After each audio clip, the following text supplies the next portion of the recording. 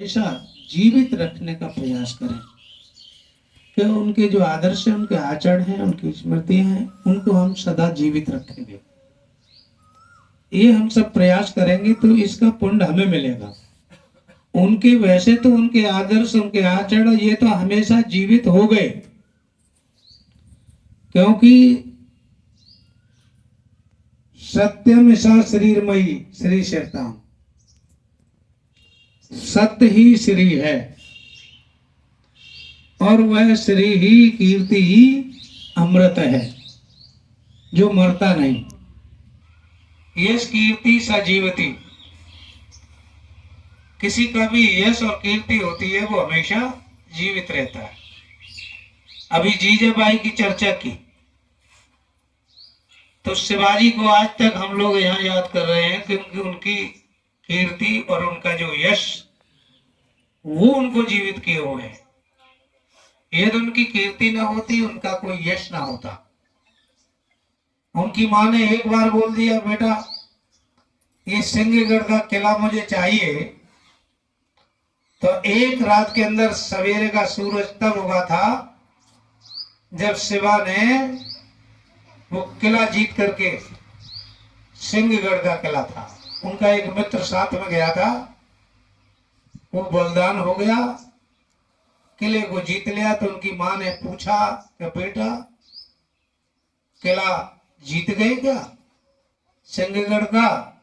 बोले किला तो जीत गया पर सिंह चला गया।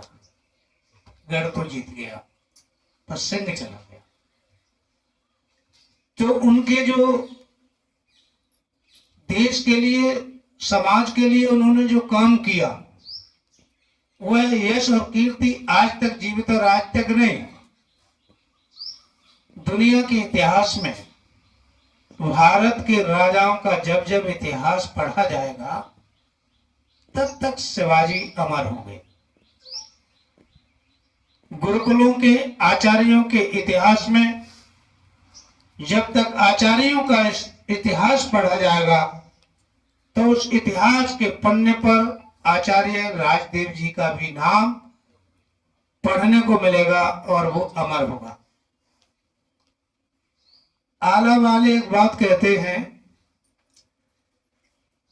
कि एक खून की बूंद गिरती थी, कोई करिया था राजा, तो लाखों करिया तैयार होते थे। तो वैसे तो ये लग रही है कि आला की बात है, ये कैसे हो जाएंगे एक बूंद से लाख करिया?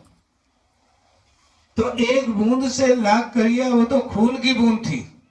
मैं तो कहूंगा कि पसीने की बूंद से भी तैयार हो जाते हैं।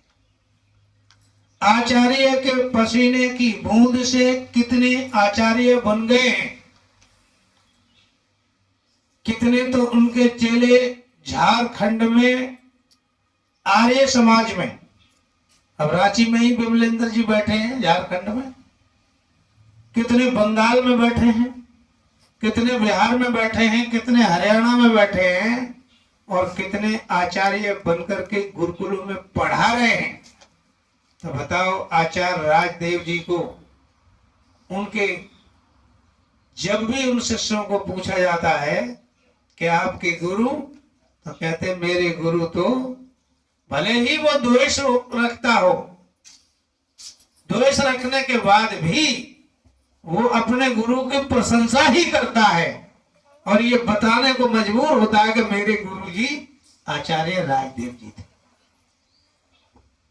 तो आचार्य का स्थान बढ़ाने के लिए उनके शिष्य पूरे भारत में फैले हुए, वो काफी है। पिता का स्थान बढ़ाने के लिए